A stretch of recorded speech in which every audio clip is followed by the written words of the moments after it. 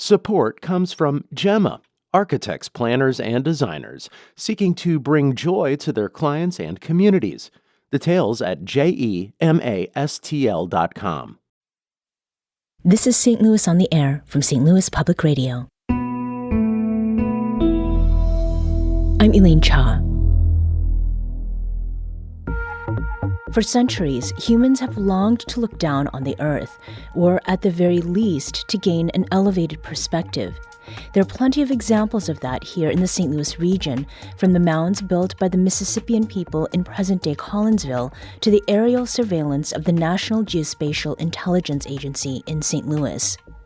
On today's show, we're talking with Edward McPherson, the author of the new book, Look Out, The Delight and Danger of Taking the Long View. In it, he writes, "The spirit of St. Louis has always longed for the air." McPherson is an associate professor of English at Washington University. He talked with producer Alex Hoyer. Welcome to St. Louis on the Air, Edward. Grateful to be here. Thanks, Alex. So this book is really grounded in St. Louis. There are so many St. Louis references throughout this book, from Forest Park to the National Geospatial-Intelligence Agency. But I want to start with talking about maps, because the book is about perspective, and you talk about maps quite a bit. And you talk about your love of maps, particularly old maps. Mm-hmm. Why do you love old maps?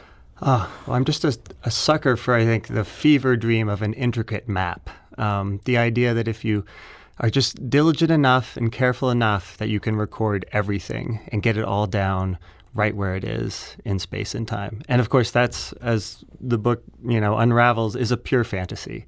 But I find the impulse so interesting, our kind of constant urge for perspective, and then the flip side, how we often end up losing it. Mm.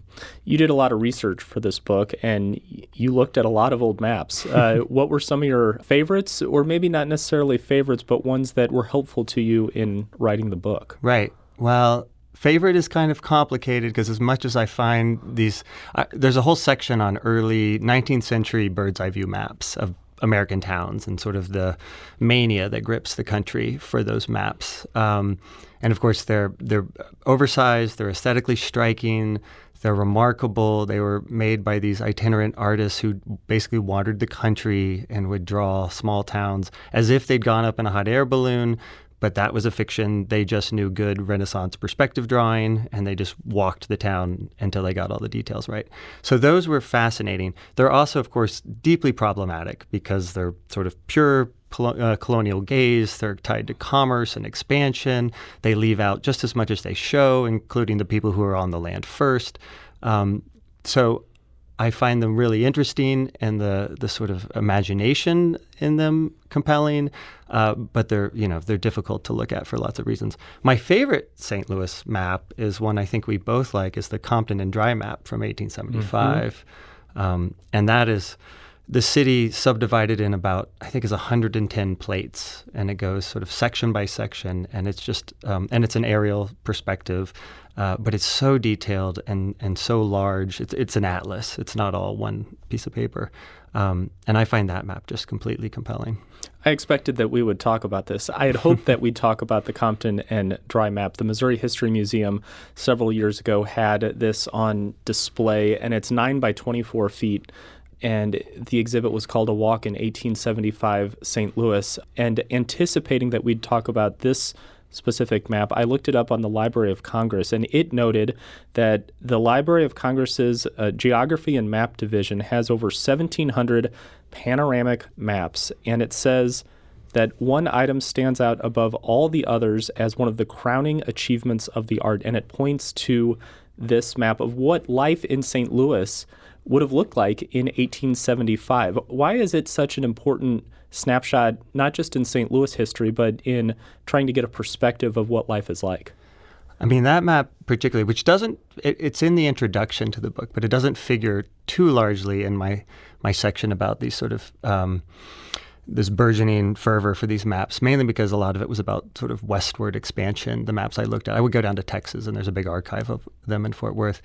Again, I think it's just that fantasy that we can actually catalog everything, which is revealing and interesting. And historians use these maps all the time to to figure out how things were back then, but it's also interesting for what the maps leave out. For example? Well, I mean, I don't want to leave the Compton and Dry map aside, but there's a section in the book about the Civil War battlefield map, like the very first map of the Battle of Gettysburg, which was drawn by an artist. He started drawing it 2 days after the battle. So he's wandering the field. It's 1863. There are bodies and horses, still, bloated bodies on the field. And he's interviewing soldiers, both the North and Confederate soldiers who've been captured. And he starts to tell the story of the Battle of Gettysburg in this map. It's a map of all the troop movements over those 3 days. And what's so interesting is you can see him in the section in the book, you can see him create history, and he's telling the story. And maps are basically a way to tell a story. They're sort of useful fictions in a lot of ways, for better and for worse. And so you see him create sort of the story of the Battle of Gettysburg that we know from sort of Ken Burns and everything else. The Pickett's Charge looms huge on the map, and it all comes down to this copse of trees, which is a phrase the map maker invents. He coins it, basically, and all that flows from it, the high water mark of the Confederacy, the myth of the lost cause, comes from this story that this map maker makes. And he draws the copse of trees sort of overlarge in this very detailed perspective aerial map. Well, spoiler alert, the problem is there was no copse of trees back then. There are a few photographs of that area, and there's nothing remarkable about the trees, but because it looms so large in his imagination, that becomes the story of the Battle of Gettysburg, this pivotal place where the battle turns, on which the fate of the nation hinged. And it influences the way that people today remember and memorialize what happened there. Right. They had to encase the trees long ago in iron because souvenir relic hunters were coming to make walking sticks out of them. Why did those kinds of aerial maps fall out of favor? I mean, essentially, one was sort of technological. They were lithographs. They were printed on a stone and then published elsewhere. So the artist would draw a map and send it back to his publisher, and it was predominantly men, send it back to a publisher, and they would print it and sell it.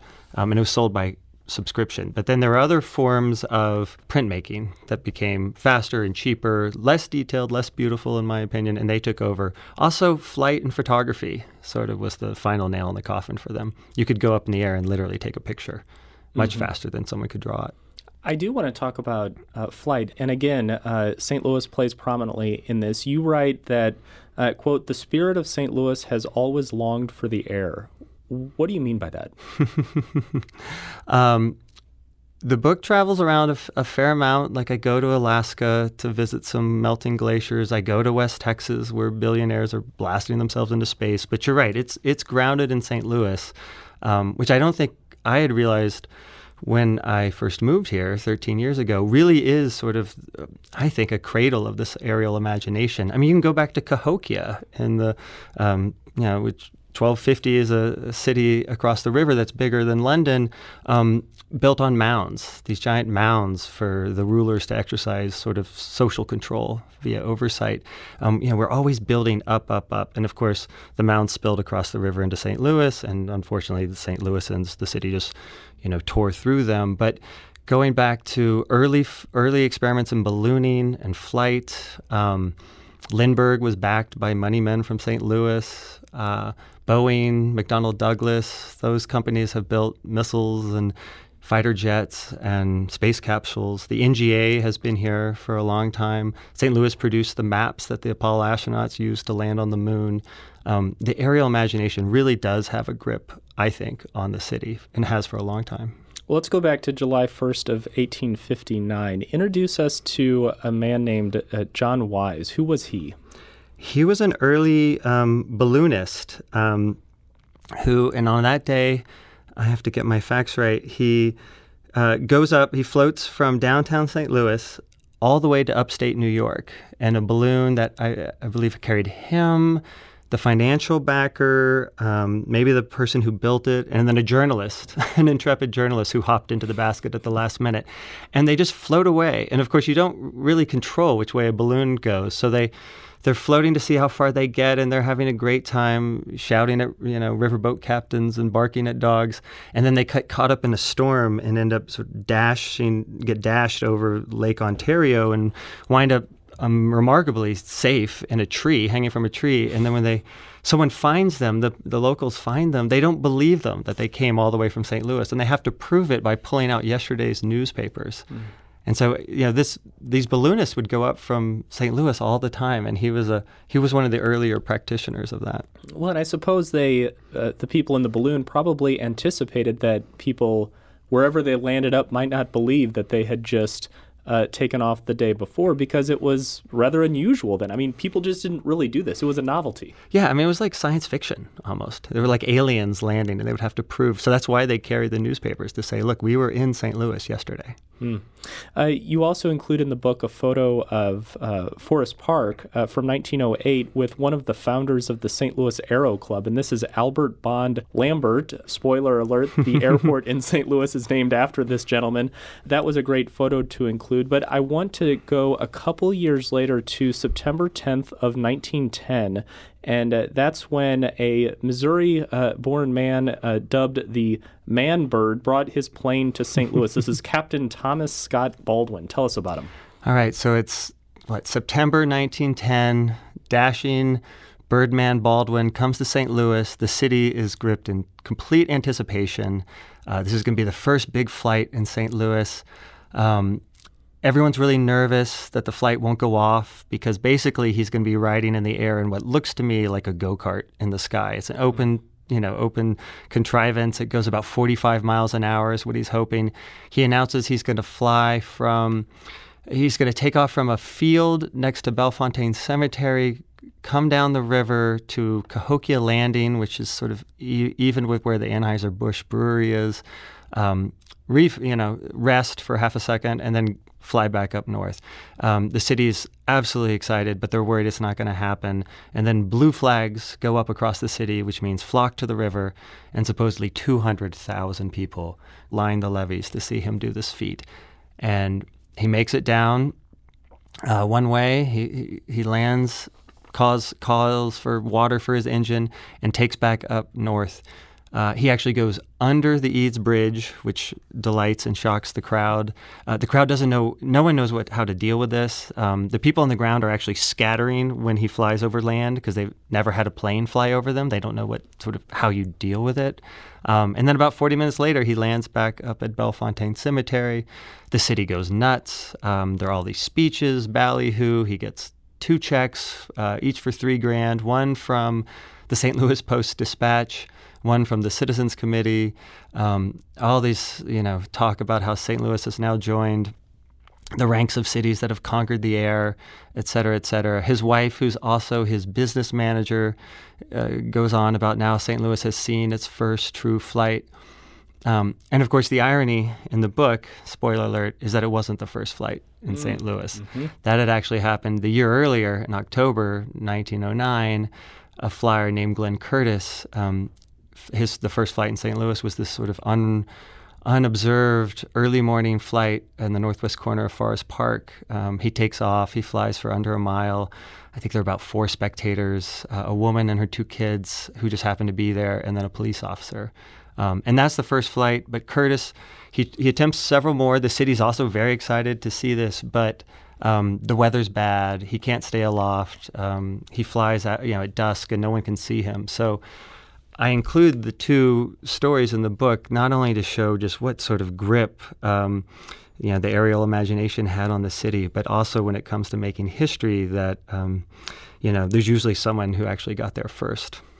And when I think of historical moments in St. Louis, I often try to put myself back there. And so not only were there thousands of people lining the levees to see this, there were people on the Eads Bridge. Yeah, the newspaper claimed it was 17,000, and I'm not sure we could squeeze that many, but yeah, absolutely. And it was very dramatic. You couldn't see him for far because apparently there's so much smoke from the river traffic and everything else, and it was cloudy. There is a photo of it that you can see, and it's hard to see him. But it was a noisy airplane, and he was 200 pounds. He was probably a little too heavy for his craft, and he's just bobbing and ducking through the air with each gust of wind. It was really dramatic flight.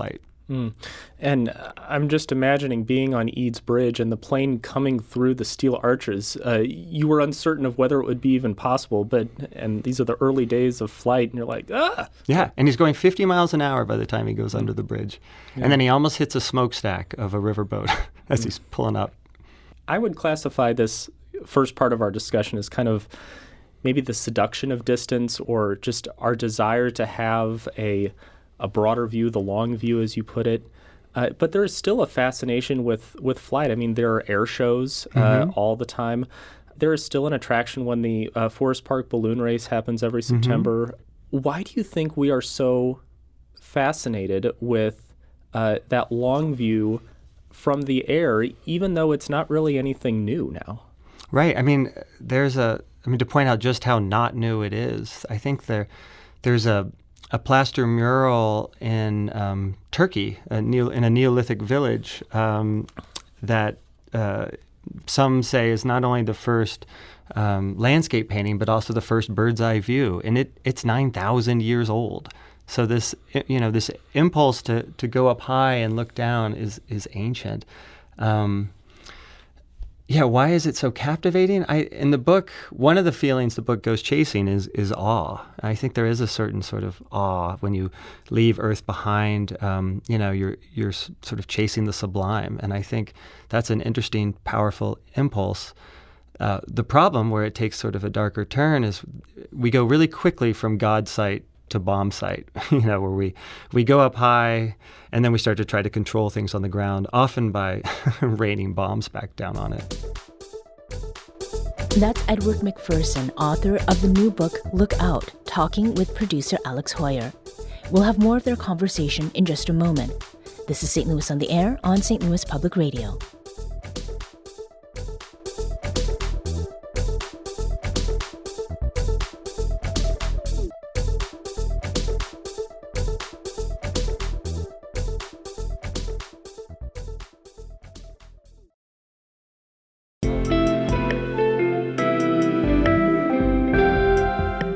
The Gateway brings you the day's news each weekday from around the St. Louis region and the state capitals in Jefferson City. Our schools are accredited. We don't need this bill. And Springfield. How many more years must pass before lawmakers see time is of the essence? I'm Abby Larico. Join me each weekday for The Gateway on the STLPR app or wherever you get podcasts. Welcome back. I'm Elaine Cha. Let's return to producer Alex Hoyer's conversation with WashU professor Edward McPherson. He's the author of the new book, Look Out, The Delight and Danger of Taking the Long View. You write in the book that the first military use of airplanes was on October 22nd of 1911 when Italians launched a reconnaissance monoplane to spy on Turkish planes outside of Tripoli. And then airplanes are just a facet of war these days, now increasingly drones. But I want to focus us in terms of taking that long view with something right here in St. Louis, and that is the National Geospatial-Intelligence Agency that employs about 3,100 people here in the St. Louis area. They just in September opened their new West headquarters, which they're now calling NGA St. Louis. It was a $1.7 billion new campus in North St. Louis. Now, I've gotten notes before from NGA when we've reported on them where they don't like being called a spy agency. Is that fair? Is it fair to call it a spy agency? I mean, how do you describe what NGA does? I mean, it's semantics. They do a lot, right? So we can call them an intelligence agency. What they do is they produce, among other things, they produce and analyze satellite images for both the military, warfighters, for politicians, also for first responders. They have a whole host of things. They maintain GPS, which is not only used for navigation, but also to land bombs that seek out particular coordinates. They're in charge of running the Pentagon's flagship AI initiative. So they do a lot in terms of targeting and surveillance, but also some first response stuff. I don't know. It feels like semantics whether we call it a spy. It's an intelligence agency, and it's long been one that deals with mapping and aerial views. The first time, even though I grew up in this area, the first time I really became aware of the kind of work that NGA did was in 2011 when Osama bin Laden was killed by a U.S. Navy SEAL team. And I learned afterwards that it was NGA here in St. Louis that built a miniature model of the compound where bin Laden was and a life-size replica of it, so that the U.S. Navy SEAL team could practice. So that was my first notion of what NGA actually did, or one of the things that they do. But I really think that even though there are thousands of people in St. Louis who work there, that it really flies under the radar in St. Louis. Why do you think that is? I mean, I asked the head of NGA here in town why he thought so, and he wasn't sure. They don't, like a lot of intelligence agencies, they don't go bragging too often. They also were their current compound or the old compound is nestled down by the river, by the old arsenal, down by the Anheuser-Busch Brewery. So they're a little out of the way, maybe. But I agree that they've flown under the radar. There's a story that possibly in a sort of interagency bit of competition of CIA guy told me to look up and turn me on to, and you can see the video where Obama is visiting a Five Guys Burgers in D.C. and talking to folks in line, and then there are a couple workers from the NGA, and he meets them, and they're telling him what they do, and they're kind of, oh shucks, we get you a few documents every morning, and he just is kind of like, what, NGA who now? And he doesn't know what they do, and what a blow to them. But because literally this is an agency that had overwatched his inauguration, not long before that. So they definitely, they're consolidated from a number of other, mapping and intelligence agencies. So not that many people know about them, but they do a lot, and they have a big footprint in St. Louis. And to be fair, President Obama, by the time he addressed the nation in 2011 after the killing of Osama bin Laden, he was well aware of NGA then, it seemed. Absolutely, yeah. So I mentioned that NGA's new headquarters here opened just a couple months ago. You were at the groundbreaking in 2019. That was in November of 2019. Why did you want to go? And was it hard to go? Well, I've been following, like a lot of folks in town, I've been following the story of the site selection. St. Louis won the bid to put the new complex there. There were a couple other places further out of town that were considerations.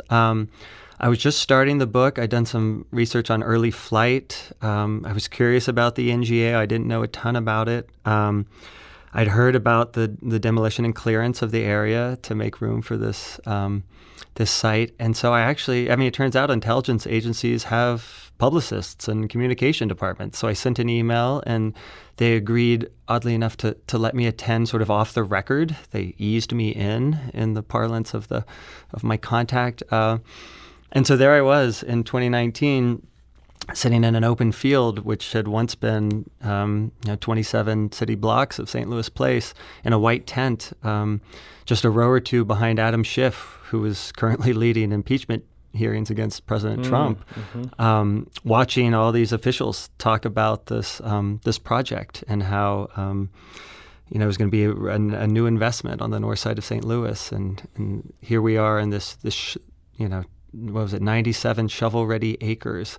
And of course, there'd been great ruckus from the folks who were living there, who lost their homes to eminent domain. Yeah, tell us a little bit more about the neighborhood. Who was there? You said this is the St. Louis Place neighborhood. It is just north of the former Pruitt-Igoe site, which was demolished and now has the now closed hospital that Paul McKee trumpeted for some time, which now is nothing.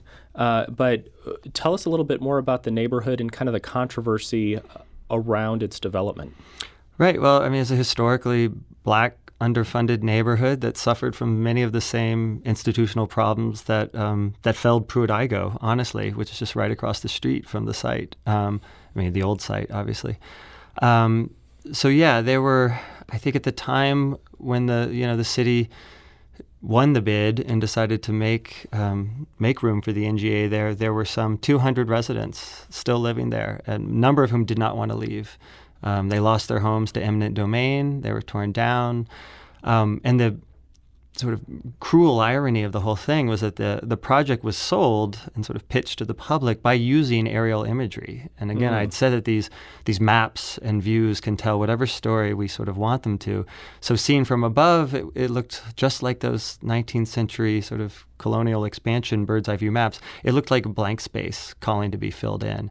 Never mind all the homes that were there, had been there, and the folks still living there. So I remember one of the politicians saying that it takes people to, I'm paraphrasing, but takes people to make a neighborhood. And then one of the articles at the time, someone pointed out that, well, technically that St. Louis Place area had a higher population density than Ladue. I think that was then Congressman Lacy Clay who said that. Yeah. You talked with a St. Louis Place resident named Sheila Rendon. Tell us about her. She's an amazing person. She's been in the sort of struggle from the very beginning. She did not want her house taken. She was one of the protesters I actually saw, she and a number of others, outside the groundbreaking in 2019. In the book, I catch up with her 6 years later on the other side of the pandemic, and we meet in a park in St. Louis Place, and we talk about many of the failed promises for development, et cetera. What happened. She's someone who lost her family home, where her parents and her grandparents had lived, and she expected to, live in for the rest of her life. To the NGA, it's basically sits right where kind of the gatehouse is on the south side of the complex. And just her frustrations with the residents not having control of their own destiny, a lot of those failed promises for quote-unquote revitalization, like the hospital you were mentioning, and just sort of the string of broken promises for the neighbors. Yeah, and I know that NGA is now open there, but a lot of the employees still aren't there. The intent is to, in 2026, complete that relocation of the employees from South St. Louis to North St. Louis. And so part of this story is yet untold, but to the residents who live there, and I've driven by there too, and there just doesn't seem to be a lot of development that I recall was being promised. Right. And some of them are skeptical whether folks will leave a secure compound, to go outside of it, to go have lunch and come back, and what sort of development there'll be.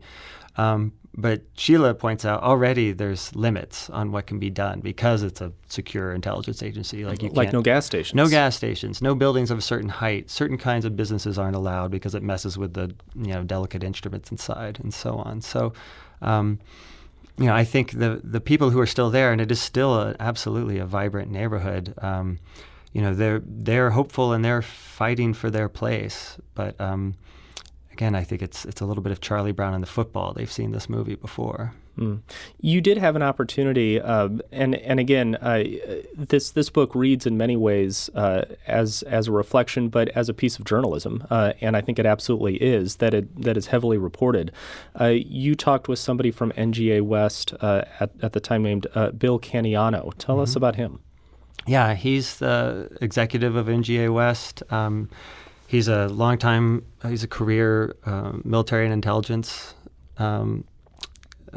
guy, and I found him actually it was an interesting interview, incredibly forthcoming, much more so than I thought. I think we shared, I don't want to put words in his mouth, I mean, he's quoted in the book, et cetera. We had a long chat. I think we share many of the same concerns with aerial images. He's someone I think would say that the NGA very much wants to get it right. We're both concerned about accuracy.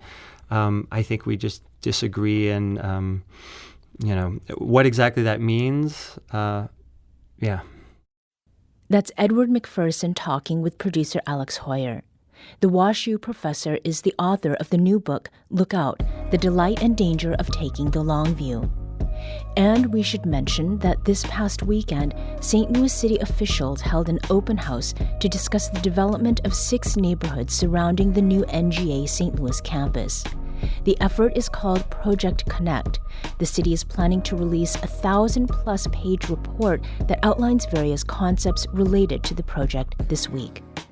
We'll continue our conversation with Edward McPherson after a short break. This is St. Louis on the Air on St. Louis Public Radio.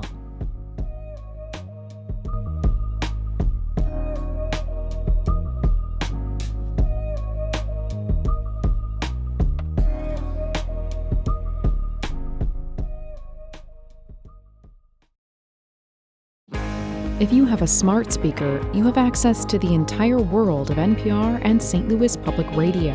All the latest news and all the captivating stories. Activate our voices with yours by telling your smart speaker to play St. Louis Public Radio. Welcome back. Let's return to producer Alex Hoyer's conversation with WashU professor Edward McPherson. He's the author of the new book, Look Out, The Delight and Danger of Taking the Long View.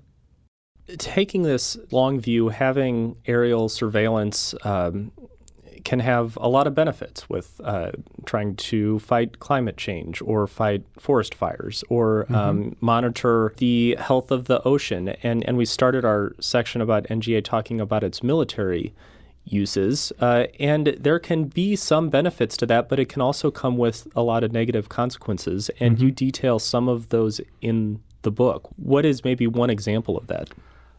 I mean, the most concrete example is simply like, with distance comes danger. In some ways, with the rise of airplanes, like the Wright brothers said, the airplane is going to make war obsolete because it is so destructive. Why would we ever go up in the air with something this powerful? It was this echoing Cold War talk with nuclear weapons. Like it's just. It'll end wars through this sort of mutual deterrence. Well, of course, that didn't happen with airplanes. We decided we would just fly faster, higher, and stronger than the next, country. So it's a little similar with drones, which is what, NGA produces a lot of this drone imagery and analyzes it. The mistakes of a drone strike are horrific. Even without going into the AI piece of it and what's going on in the world right now, if you look back in 2017, when the U.S. was fighting to expel ISIS from Iraq, in what the Central Command was touting as the most precise air campaign in history, an analysis after the fact showed that 1 out of every 5 drone strikes killed a civilian. There's just so many mistakes we make from the air. In our bid for mastery, in our thinking that we understand it all, we don't have that sort of ground truth. So when you're making decisions where the cost of an error are that high, and I would certainly, put dropping bombs as one of those, I don't really believe that there is much room for collateral damage. I think someone from the NGA would say we're in an arms race. And so it's, if we don't do this, if we don't feed our drones with AI, if we don't sort of get into these automated swarms, et cetera, if we're not using machine learning and vision to process this endless stream of visual data, then we're going to fall behind. And what do you make of that? I mean, if not this, then what? Right. I mean, it's familiar language from the Cold War. We need bigger, faster bombs. And I think, yes, there will always be a scary adversary. They talk about the Chinese, they talk about Russia. A space war, for example? Space war. I mean, it's sort of, if anything, I think the book shows that some of these are cycles, that this is a story that happens again and again. And you always have to be aware of someone coming to town, some sort of fast-talking huckster trying to sell you a map. Because these pictures will tell stories that we want them to. Well, and then aside from military uses, you cite an example in the book of Persistent Surveillance Systems, which was a company that came to St. Louis in 2019, I think it was, trying to sell its services to monitor St. Louis crime from the skies, like another salesman, basically, using this newish technology. Right, and that was going to be continual aerial surveillance from a fixed-wing Cessna, of course, not of the whole city, of certain quote-unquote higher crime areas. And so you can already see how it's starting to go awry. Our biases are baked into this system. But, and then it was a technology developed in Iraq to track insurgents and bombing, setting up roadside bombs. So what you would do is you would witness a crime, and you'd be able to roll the tape back and see where the perpetrators came from and how they met up, and then also fast forward and see where they went. So this was this controversial tech, flawed in its application. It had been tried secretly in Baltimore, unwittingly on the populace, and then they found out, and everyone got really upset. So here it was being offered to the city. Folks might remember by some funders in Texas who were going to give it to the city for free, and some people wanted it in the neighborhoods, desperate enough for it. And luckily, I think it sort of fell. It ultimately died on the fact that it's just an illegal search. It's too sweeping. So it was a violation of the Fourth Amendment. But there's so many other examples of it. All those license plate readers across town. I mean, are these the Flock systems that you talked about in the book? Yeah, Flock Safety. It's an automated license plate reader. It's coupled with the AI. It's a private company that's collecting this. Your neighborhood association can put it up. They're all over town, and then they have this data, and then they can share it with law enforcement. So it'll flag license plates that have been marked as troubling, but they also use AI to determine who's a local and who's not, and what's a suspicious convoy, and what's just a carpool. And that's again a level of surveillance in private hands that I think is worrisome. And I do get those press releases from police departments around the area every so often, being like real-time crime center, and it's because of cameras like Flock that do that. And then in the book, a lot of your personal reflections and the way that you move about the world is reflected in the book, and you even talk about how you discovered one of these cameras. Right, and I assumed it was something because it sort of got this crunchy font. It's lowercase. It looks really friendly, and it's called Flock. And I just assumed it was something that was gonna. And it has a it's just stuck on a pole, basically. You don't really notice it. And I thought, oh, this is to dim the lights for migrating birds or something lovely like that. Not sweep up every make, model of car, and down to the bumper stickers that drive past this neighborhood unwittingly every day. This isn't in the book because a lot of these stories are still unfolding, but the CEO of Flock Safety is super into drones now and wants to manufacture them in the U.S., and if the Trump administration loosens line of sight regulations, meaning you can now fly a drone farther than you can visually see it, this, again, private company wants to sell these to like big box stores. So if you're going into a big box store and they suspect you of shoplifting, instead of stopping you in the moment, talking to you, searching your stuff, whatever, they're just going to launch a drone that's going to follow your car home and then sift through, all the big data, look at your property tax records, look at your credit history, and then decide whether or not to send law enforcement to your door. Well, again, I don't want to. Orwellian nightmare is such a cliche, but here I think it's not that the tech works so well, it's that it gets it so wrong. So many people are going to be incorrectly targeted. It's going to follow the wrong car. It's going to sift through your data in a problematic way and tag you as quote unquote suspicious. And yet that CEO, I think he just told the press that he thinks within 10 years between the cameras and the drones that they could eliminate crime in America. Well, that's doubtful. And you said that you didn't really get into AI use in terms of military, but you do write in the book about NGA Project Maven, and you used a phrase that really stuck with me, like ChatGPT for satellites. Explain. Well, the problem is there's just a proliferation of images and data, more than any human can get through. So the idea is that we just, AI sifts through everything. And, in terms of targeting, and this happened, there's an American company named Palantir who was assisting in the Israelis in Gaza, that at the beginning of that conflict, the machine, the algorithm, was identifying targets 50 times faster than a human possibly could, and identifying targets, not just locating somebody, but using satellite images plus signal intercepts and other things, and making a calculation, weighing the strategic value of killing that target with the potential cost of civilian life, and then telling someone, yes, this seems like a green light, or no, this is a no. And a lot of the places will say there's always a human in the loop who's making the final call. But my problem is that with this tech, it comes with this sheen of science. It seems dispassionate. It seems mathematical and precise when it's really not. Like the algorithms, we've made them in our own image. And they have the same biases exactly. As well. Yeah. I mean, facial recognition turns out doesn't do so well the darker the face. It doesn't do, it doesn't identify women very well or the elderly.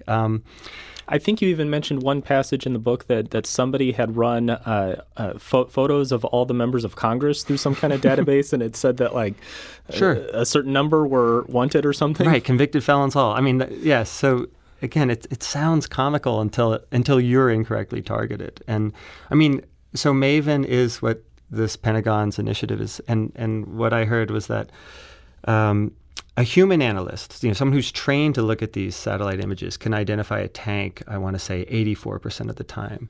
MAVEN gets it right about 60% of the time, but that drops to 30% if it's snowing. So again, when there are unintended consequences of a decision, I completely don't trust the machines.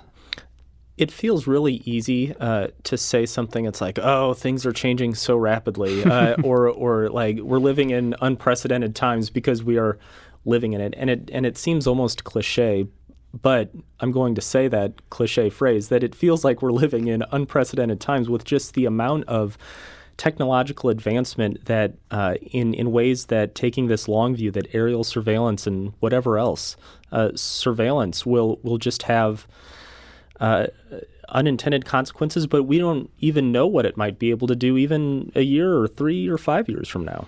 Right. I mean, it is happening fast. And one of my worries is that we are trading in an effort to keep up.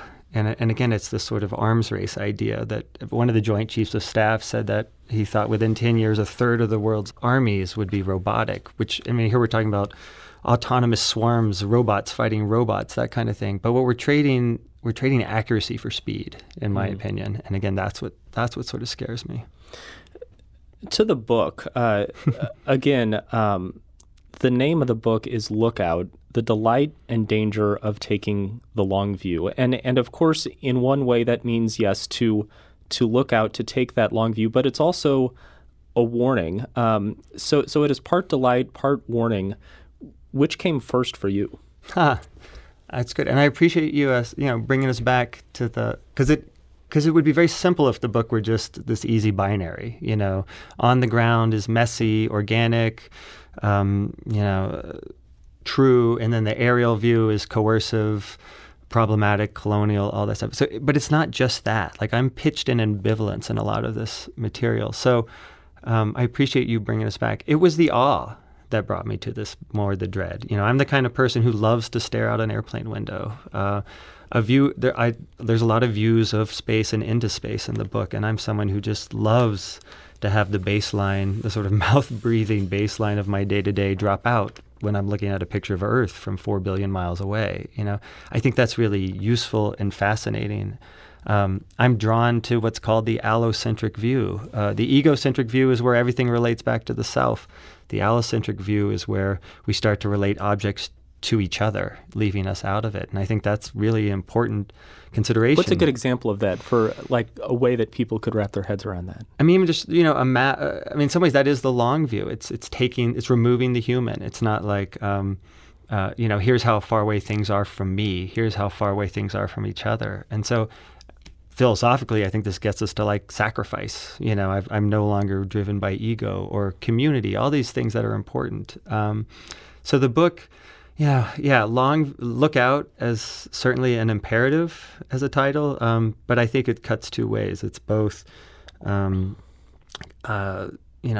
urgent warning, like you said, look out, with distance comes danger, don't forget that, but also a bit of a sort of hopeful wish, which is, try to see beyond the self. It's a reminder to keep your head up. Mm-hmm. We don't get too far if we have our nose pressed to the ground. Mm-hmm. And not everyone feels the same. I mean, we can't expect people to feel the same about anything. And at different points in the book, you mention both Jerry Seinfeld and William Shatner. With Jerry Seinfeld, you say that he used to hang photos from the Hubble telescope in the Seinfeld writer's room to calm himself down because he found his his own significance freeing. And then with William Shatner, he went up in one of those Jeff Bezos Blue Origin rockets, and he said, quote, and this is a quote you include in the book, everything I had expected to see was wrong. There was no mystery, no majestic awe to behold. All I saw was death. And in some ways, those two things are similar, but they're also very different ways of feeling about this long view. Right. And, again, one of the moves in the book is to tell folks, beware. Over and over, someone comes to town trying to sell you a map. And I'm quite aware in the writing of the book that a book is, what is a book but another kind of map? So I try to destabilize a lot of that in the book. It's broken up into sections, allowing readers to sort of try to make some connections on their own or even argue back and resist my take on things. So yeah, ideally it's the kind of thing that gets people thinking and talking and maybe making connections on their own. You don't have to buy my ground truth, but somehow all of our collective ground truths make some sort of capital T truth. And I spent a little bit of time with the book. I mean, I could have read it in a couple sittings, but particularly in the first part of the book, I would read a section about maps or about early flights in balloons, and I would sit with it, or the part that you wrote about battles. And I would sit with it for a little bit and think of how I move myself throughout the world. But it occurred to me, was this an argument of that you should look at more of the trees and not just the forest? Sure. I mean, that definitely, because I think, but also look at the forest, because in the forest there was wonder. Right. You see my dilemma. Right. Well, again, I'm not sure. It's hard for me to see the book as an argument, maybe more of a performance. Like this is how I saw and thought about things during these years, and it's very much sort of grounded in space and time where I was. The pandemic actually plays a sort of pivot in the book when I thought space and time became sort of deranged for a lot of folks. So yeah, I think it's how I saw or I wanted to see. So by the end of the book, if there is some kind of takeaway, it's to try to see this is not a huge surprise probably, that it's not an either or, but it's an and it's a very unsettled and uneasy and, like how you see both far out and close up in this sort of unsettled stereoscope, I think is what I was trying to do, what it might look like to do that. And where I settled on is that I kind of settled on that but it also depends on the situation. Of course. Yeah. Right. Depending on what you're using the long view for. Right. How did you go about researching this book? I mean, you mentioned 2019. Is that when it started? Probably a few years before that. I mean, I think I've probably been kicking some of these ideas around, I don't know, almost 10 years. But yes, I was starting to do some research on early flight, particularly what was going on in Forest Park, which is not far from where we live. I went to the NGA groundbreaking. I flew drones with a landscape photographer. So that was happening. And then the pandemic happened. And I didn't do any writing because, like a lot of folks, I sort of didn't have bandwidth. But it really crystallized a lot of the book. And one of the threads in the book is more metaphorical, is how little h history becomes capital H history, how we tell these stories about the times we're living in. And that takes a certain perspective and remove to coalesce into some sort of totalizing narrative. So that suddenly changed things a lot. And then luckily I was very fortunate. I received a Guggenheim Fellowship that gave me a year off to write, and that's when I finished the book. So in terms of how it actually came together, like most of my books, it was obsession. One topic at a time. Yeah, I mean, how did you just not get lost in maps for days and days, or maybe you did? Well, I did. I mean, it's messy and inefficient, and it probably makes me a difficult person to sit next to at a dinner party or live with. Because there's endless stuff that I get obsessed with, and then only a fraction of it makes it into the book. But it gets put together rather monomaniacally. I do one thread and write it up, and then I go back and tackle the next. And again, the book kind of weaves these things together, and it's doing its own kind of long-range reconnaissance. So I tried to destabilize that as much as I could by going somewhere and walking around on the ground. Edward McPherson is the author of Lookout, The Delight and Danger of Taking the Long View. He's also an associate professor of English and the director of English undergraduate studies at Washington University. Thanks for joining me today. Thanks so much for having me. Our thanks to producer Alex Hoyer for that conversation. And, by the way, earlier this month during our annual Best Books show, our guests named Edward McPherson's book as one of the best of 2025. They noted, quote, "It offers striking insights and several memorable moments that reward readers willing to follow." You can see more books on that list. Just visit stlpr.org/bestbooks2025.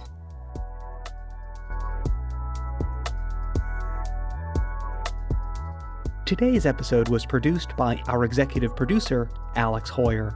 Audio engineering and podcast design by Aaron Dorr. St. Louis on the Air is a production of St. Louis Public Radio. Understanding starts here. Do you find yourself regularly listening to episodes of St. Louis on the Air? Suggest us to a friend you think might enjoy our conversations. And leave us a review and rating on Apple Podcasts on the App Store. It's the simplest way to help people discover our show. Thanks. St. Louis Public Radio is a member-supported service of the University of Missouri St. Louis.